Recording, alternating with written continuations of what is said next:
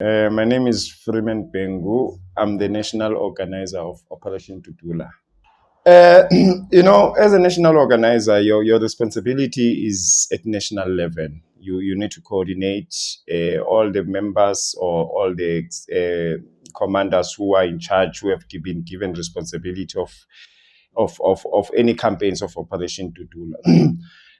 Personally, as a national organizer, I work with provincial leaders, provincial, national, or we call them provincial coordinators or conveners, and they work in return with their local structures.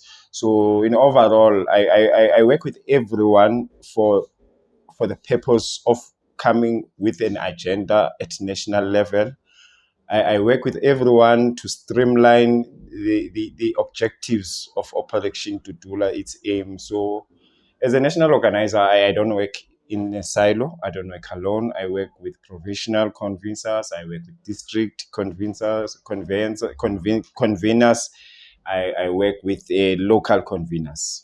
The mandate of Operation Tutula, my friend, is very broad. When one of the biggest thing about Operation Tutula is the agenda is to put South Africans first in their country.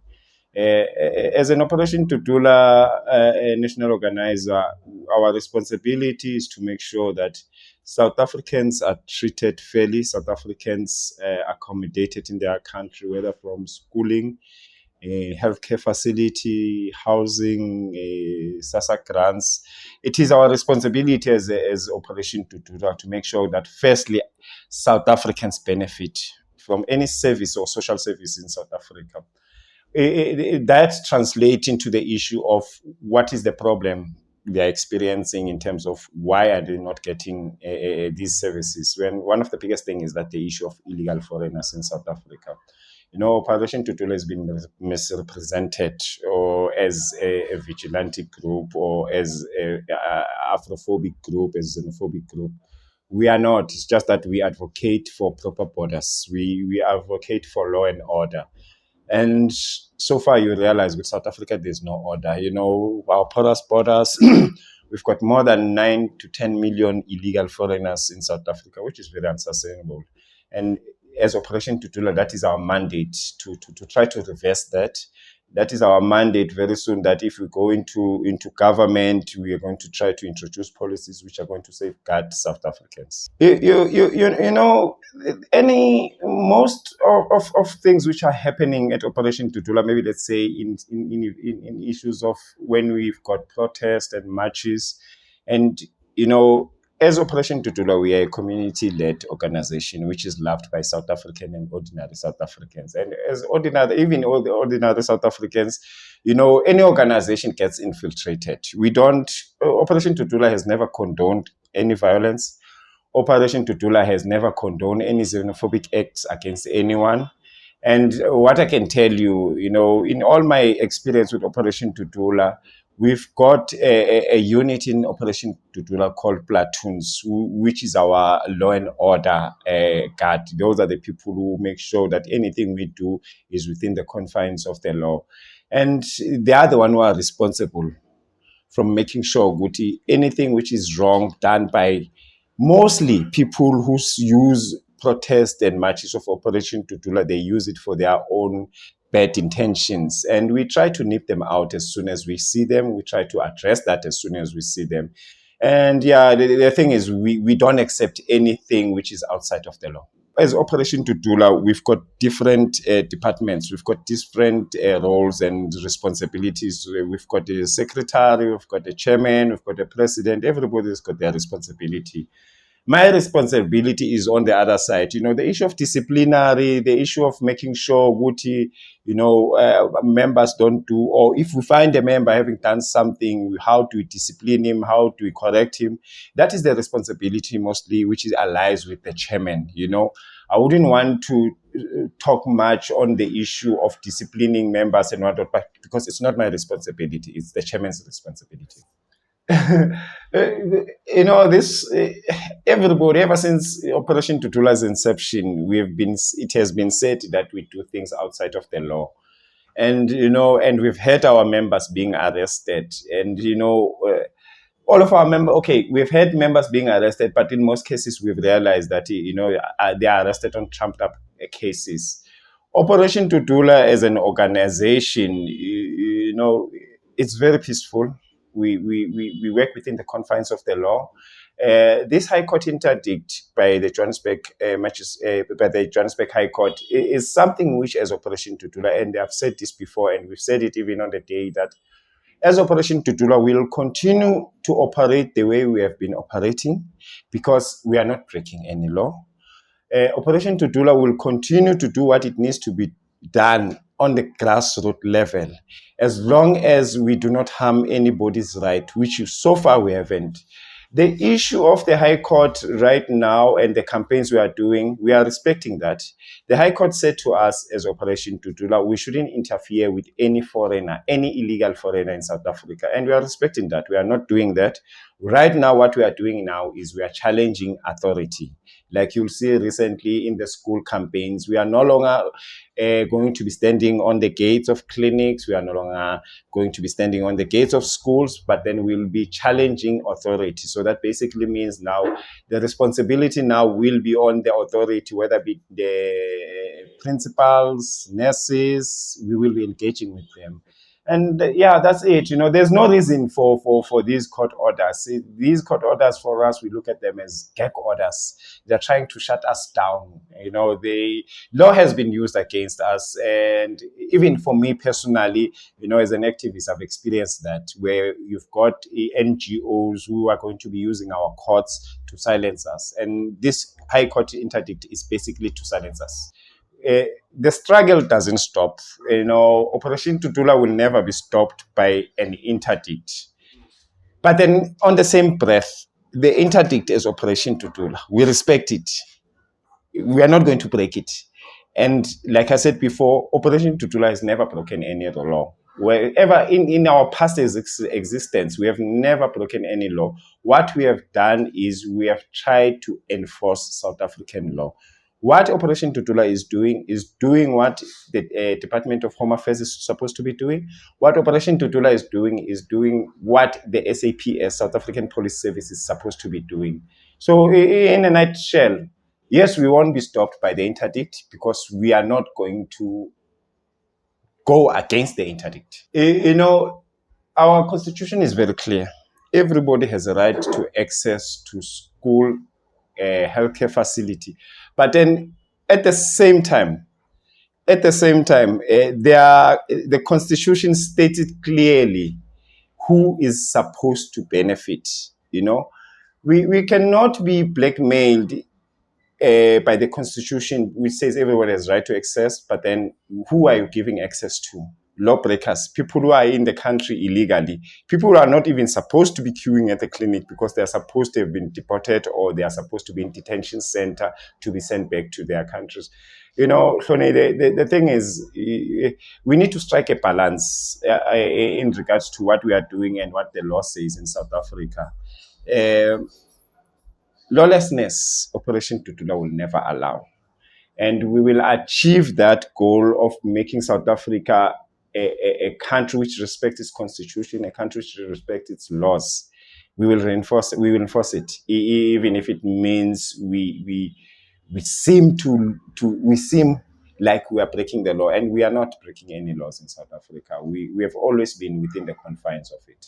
What we are saying as Operation Tutula is that the government need to enforce its laws.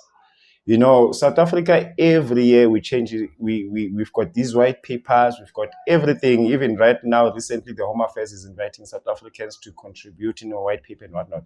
But then before even we go there, why don't we enforce the good laws we have currently about illegal immigration? Because South African immigration laws are very advanced, are progressive, and they are very inclusive. So if we can come to a point whereby we say, let these laws which we have currently, let them be enforced. We shouldn't be asking for more.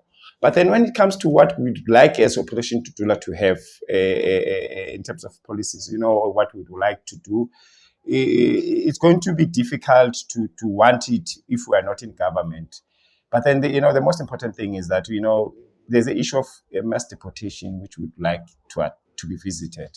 There's an issue of our porous borders where we think more can be done in securing our borders, in terms of guarding our borders. Right now, we've got BMA on our borders and they are ill-equipped, understaffed, and underfinanced.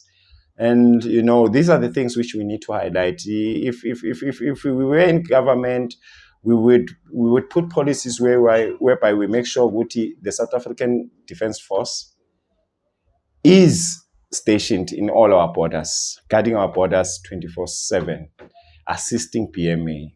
As Operation Tutula, one of the biggest things which we would want if we get into government is to give South Africans an opportunity to decide what do they want the direction of the issue of illegal immigration to go. Because, we believe that maybe South Africa needs to be given an opportunity for a referendum. A referendum will give South Africans, all of us, whether you are anti or for illegal immigration, it will give all of us an opportunity to put it on a vote. And any decision which is made there, it's made from that. And it's going to be important to whatever we do as South Africans, everything should be based on the lived experiences. I'm a Sowetan, I'm a South African, I'm a Sowetan. I see these things. I see how in job spaces, we've got more foreigners than South Africans. I see with the campaigns which we have done in clinics, where we go to clinics, we realize that the numbers, we've got more foreigners than anyone else. So, asking me to say what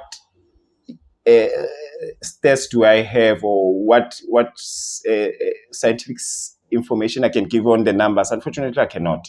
This is a lived experience. Look, the issue of overcrowding in schools, let's look at this holistically as your question. Our campaign has started 4 years ago when we did individual cases of placing kids at schools and whatnot. And, the issue of crowding is one of the overcrowding in schools. We have seen that our classrooms are overcrowded by illegal foreigners. We have realized, the best thing for us to do is, as the interdict has said it, that we are not allowed to disturb illegal foreigners. Our approach right now is the issue of that. We speak to the authority, we speak to the principals, we try to show them this is what the Constitution says and requires for anybody to enroll a foreigner, and worse, a legal foreigner. Our kids are at home right now because in Gauteng, first of all, the enrollment system is based online, which is very cumbersome for a lot of parents. And it's an issue of, some cannot afford airtime, some cannot afford data. And, even if they do get that access to this online facility, it's not working properly. This thing, when a parent chooses a school for a child, it's based on their socio-economic position. Can they afford transport? Can they afford school fees? So if a parent chooses a school, it's based on that. So the system itself, when I say it's failing, it comes to a point whereby the system appoints any other school as it pleases. And sometimes it takes people out of their budget. Sometimes it takes people out of their nearest school, which is unfair to any South Africans, where else foreigners can be placed wherever they want, whenever they want. The Constitution stated clearly that being born in South Africa doesn't necessarily mean you are a South African. You need to be aware of that. Being born in South Africa, even the Constitution states clearly that you are not. It doesn't automatically make you a South African. The issue then comes to, how did the parents come to South Africa? Majority of them, most of them came here illegally. Most of them, when that child is born, they've came here with asylum seekers which have expired. And basically, in principle, those people are illegal. Well, the Constitution says chances are, if you're born in South Africa, you're supposed to be a South African and considered, and you should be considered for all social services, which there's nothing we can do about it. But then, our aim is not necessarily to take out anybody from school because of a claim that he's born out of non-South Africans. We are very careful on what we do. Everything we do is calculated. But then you realize, in South Africa, a majority of people who are in schools are people who came to South Africa, are kids who came with their families from somewhere else to flood our schools. So we need to have a balance between those two. The issue of these eggs, like I said earlier, this government, whether Department of Education, Department of Home Affairs, every year they come up with different acts to improve on this act, to improve on this act. When MENAP still insist, even right now, I've had so many people advising me to contribute to these things and whatnot. I find them useless, because why do we contribute in something whereas we still got something which is in existence right now, but then we don't enforce it and we don't apply it? With the new acts, what are we going to do? I think we are going to just crowd the whole system with new acts, and we end up not knowing what needs to be done and what needs to happen in South Africa. As an organization, we've got limits on what we can do. And as an organization, we've got responsibilities to our members and South Africans. We can talk about the issues which are happening in schools, especially when it's got to do with drugs and stuff like that. But that's the police responsibility, and it will be asking too much if you ask Operation Tutula to get involved. Look, as Operation Tutula, we have currently, and we are engaging with the youth in terms of establishing youth leagues within Operation Tutula. And it's very important that as adults, as South Africans, we teach our youth. Firstly, we need to teach them of the issue of loving their country and loving themselves. We need to first teach them on the issues of our sovereignty, on the issues which are pertinent to their cause, like employment, like quality education, which they need access to. So as Operation Tutula, we are also in processes of trying to get opportunities for the youth. We are speaking to a few partners whereby we'll be doing projects for the youth where they got to do in terms of politics. As a political organization, our youth, we'd rather have them to be taught issues of politics. Why? Because politics is very broad, and politics includes a lot of things. Like you said, social issues, like you said, immigration issues. The first thing which we as Operation Tutula, I think, is a priority for us is we need to teach them politics, and we want our youth to start getting involved too much into politics, because that's where everything is. That's where development goes.